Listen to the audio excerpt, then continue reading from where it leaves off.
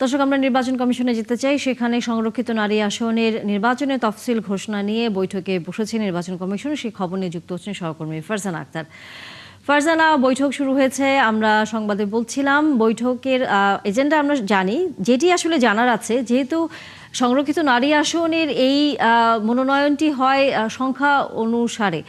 সংখ্যানুপাত অনুসারে, সেই হিসেব করে সরকারি দলের পাশাপাশি বিরোধী দলের যে জোট জামাত এবং এনসিপি, তারা কতজন নারী সদস্য পেতে পারেন সংসদে এবার?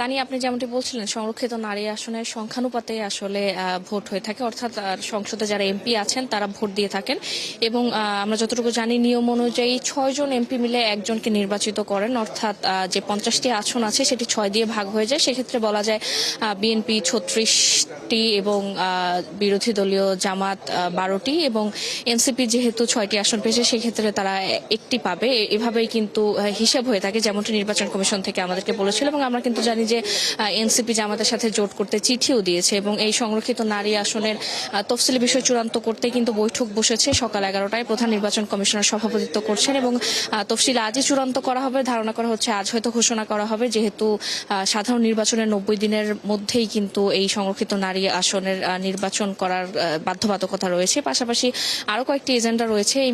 যে কমিশন সভা রয়েছে, 11তম কমিশন সভা চলছে সেটিতে। সেখানে আমরা যেমনটি জানি 9 এপ্রিল শেরপুর 3 এবং বগুড়া 6 আসনের যে নির্বাচন এবং উপনির্বাচন হতে যাচ্ছে। বগুড়া 6 আসনের উপনির্বাচন, কারণ বগুড়া 6 আসনে প্রধানমন্ত্রী তারেক রহমান জয়ী হয়েছিলেন, কিন্তু যেহেতু একসাথে দুটি আসন রাখা যায় না, তাই তিনি ঢাকা 17 আসন রেখে বগুড়া 6 আসন ছেড়ে দিয়েছিলেন। তাই এখানে উপনির্বাচন অনুষ্ঠিত হবে এবং সেখানে কিন্তু আমরা দেখেছি যে প্রচারণা কাজ চলছে। সেখানে 3 জন প্রার্থী রয়েছে এবং সেই নির্বাচন 9 তারিখে অনুষ্ঠিত হবে এবং সেই নির্বাচনে আসলে আইন শৃঙ্খলা সহ সার্বিক নির্বাচনী বিষয়ে কিভাবে ঠিক রাখা যায় সে বিষয়ে বৈঠক চলছে। পাশাপাশি শেরপুর 3 আসনে কিন্তু আমরা দেখেছি যে জামায়াত প্রার্থীর মৃত্যুর কারণে সেই নির্বাচন স্থগিত করা হয়েছিল, সেটিও 9 এপ্রিল হবে এবং সেটির কিন্তু আমরা দেখেছি তফসিল ঘোষণা করা হয়েছিল গত মাসে এবং সেই নির্বাচনে আইন শৃঙ্খলা সহ যেসব বিষয়াদি আছে সেসব বিষয়ে কিন্তু বৈঠক চলছে। পাশাপাশি ত্রয়োদশ জাতীয় সংসদ নির্বাচনে যে সরঞ্জামগুলো ব্যবহার করা হয়েছিল সেগুলো সংরক্ষণের বিষয়ে কিন্তু বৈঠক হচ্ছে এবং এখানে নির্বাচন পুরো কমিশনের পাশাপাশি নির্বাচন কমিশনের সচিব এবং নির্বাচন কমিশনের যে কর্মকর্তারা রয়েছেন তারা আছেন। পাশাপাশি নির্বাচনে